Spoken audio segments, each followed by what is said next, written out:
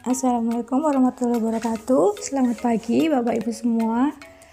Pada kesempatan arisan pengetahuan kali ini, saya Bunga Ayu Alima ingin menjelaskan tentang beberapa hal terkait dengan angka partisipasi kasar, angka partisipasi sekolah, dan angka partisipasi murni. Yang pertama, angka partisipasi kasar. Angka partisipasi kasar adalah perbandingan antara jumlah penduduk yang masih bersekolah di jenjang pendidikan tertentu tanpa memandang usia penduduk tersebut dengan jumlah penduduk yang memenuhi syarat resmi penduduk usia sekolah di jenjang pendidikan yang sama. Sejak tahun 2007, pendidikan nonformal paket A, B, dan C turut pula diperhitungkan. Kegunaan angka partisipasi kasar antara lain untuk menunjukkan berapa besar umumnya tingkat partisipasi penduduk pada suatu tingkat pendidikan. Untuk menunjukkan berapa besar kapasitas sistem pendidikan dapat menampung siswa dari kelompok usia sekolah tertentu. Yang terakhir, sebagai indikator pelengkap dari indikator angka partisipasi murni, sehingga dapat ditunjukkan besarnya penduduk yang bersekolah pada suatu jenjang namun usianya belum mencukupi atau bahkan melebihi dari usia sekolah yang seharusnya. Cara menghitungkan angka partisipasi kasar. Angka partisipasi kasar untuk SD adalah jumlah murid SD atau sederajat dibagi jumlah penduduk usia 7-12 tahun dikali 100%.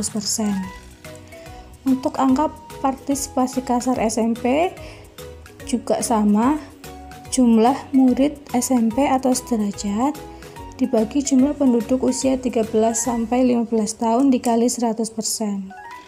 Untuk angka partisipasi kasar sekolah menengah yaitu jumlah murid sekolah menengah atau sederajat dibagi jumlah penduduk usia 16-18 tahun dikali 100%. Lalu untuk angka partisipasi kasar perguruan tinggi yaitu jumlah murid perguruan tinggi atau sederajat dibagi jumlah penduduk usia 19-24 tahun dikali 100%.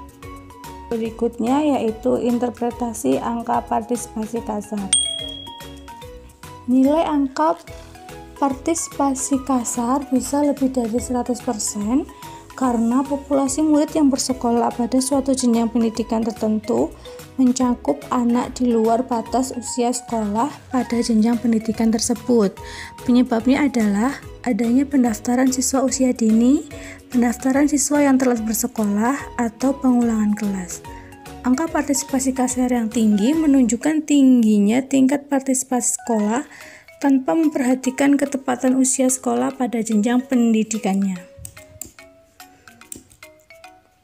Contohnya, angka partisipasi kasar sekolah menengah Provinsi NTT sebesar 84,63%,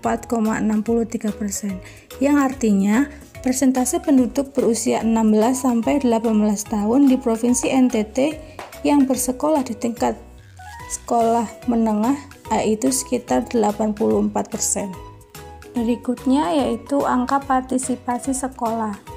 Angka partisipasi sekolah merupakan proporsi dari penduduk kelompok usia sekolah tertentu yang sedang bersekolah tanpa memandang jenjang pendidikan yang ditempuh terhadap penduduk kelompok usia sekolah yang bersesuaian.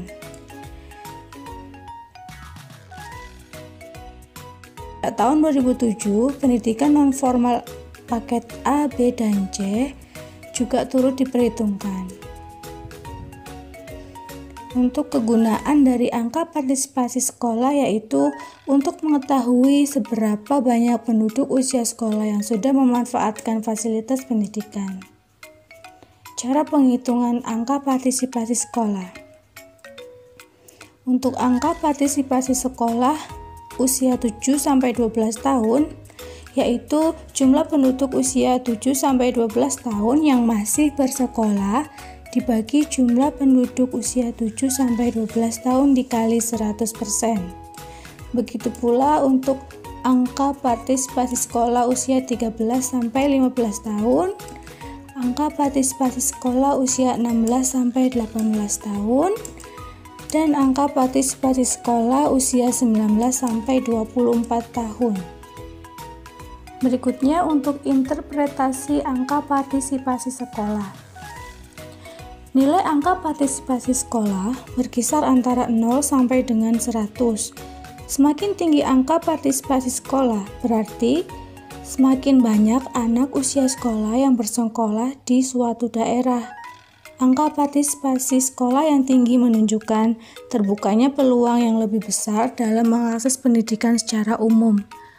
Pada kelompok-kelompok umur mana peluang tersebut terjadi dapat dilihat dari besarnya APS pada setiap kelompok umur. Contohnya, angka partisipasi sekolah 16-18 tahun Provinsi NTT pada tahun 2019 sebesar 75,04%. Artinya, sekitar 75% penduduk berusia 16-18 tahun di Provinsi NTT sedang bersekolah. Yang terakhir untuk angka partisipasi murni. Angka partisipasi murni yaitu proporsi dari penduduk kelompok usia sekolah tertentu yang sedang bersekolah tepat di jenjang pendidikan yang seharusnya, sesuai antara umur penduduk dengan ketentuan usia bersekolah di jenjang tersebut terhadap penduduk kelompok usia sekolah yang bersesuaian. Sejak tahun 2007, pendidikan non-formal paket A, B, dan C juga turut diperhitungkan.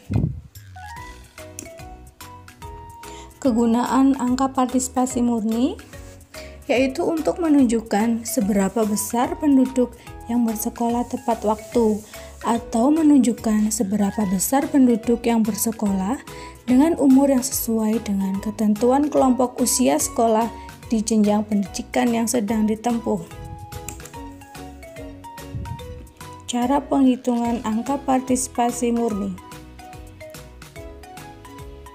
Untuk angka partisipasi murni sekolah dasar, cara penghitungannya yaitu jumlah murid sekolah dasar atau sederajat yang usianya 7-12 tahun dibagi dengan jumlah penduduk usia 7-12 tahun dikali 100%. Begitu juga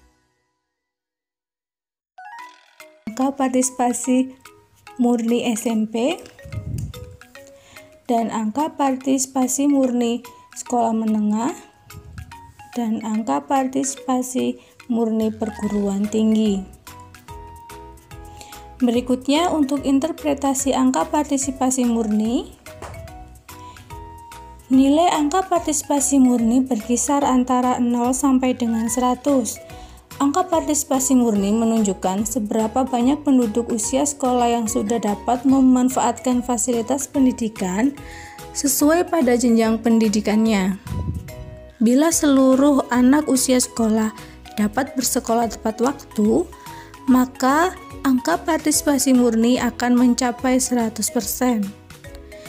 Secara umum, angka partisipasi murni akan selalu lebih rendah dari APK karena APK merupakan jumlah penduduk di luar usia sekolah pada jenjang pendidikan yang bersangkutan. Contohnya, angka partisipasi murni SMA Provinsi NTT sebesar 53,68%, yang artinya sekitar 53% penduduk di Provinsi NTT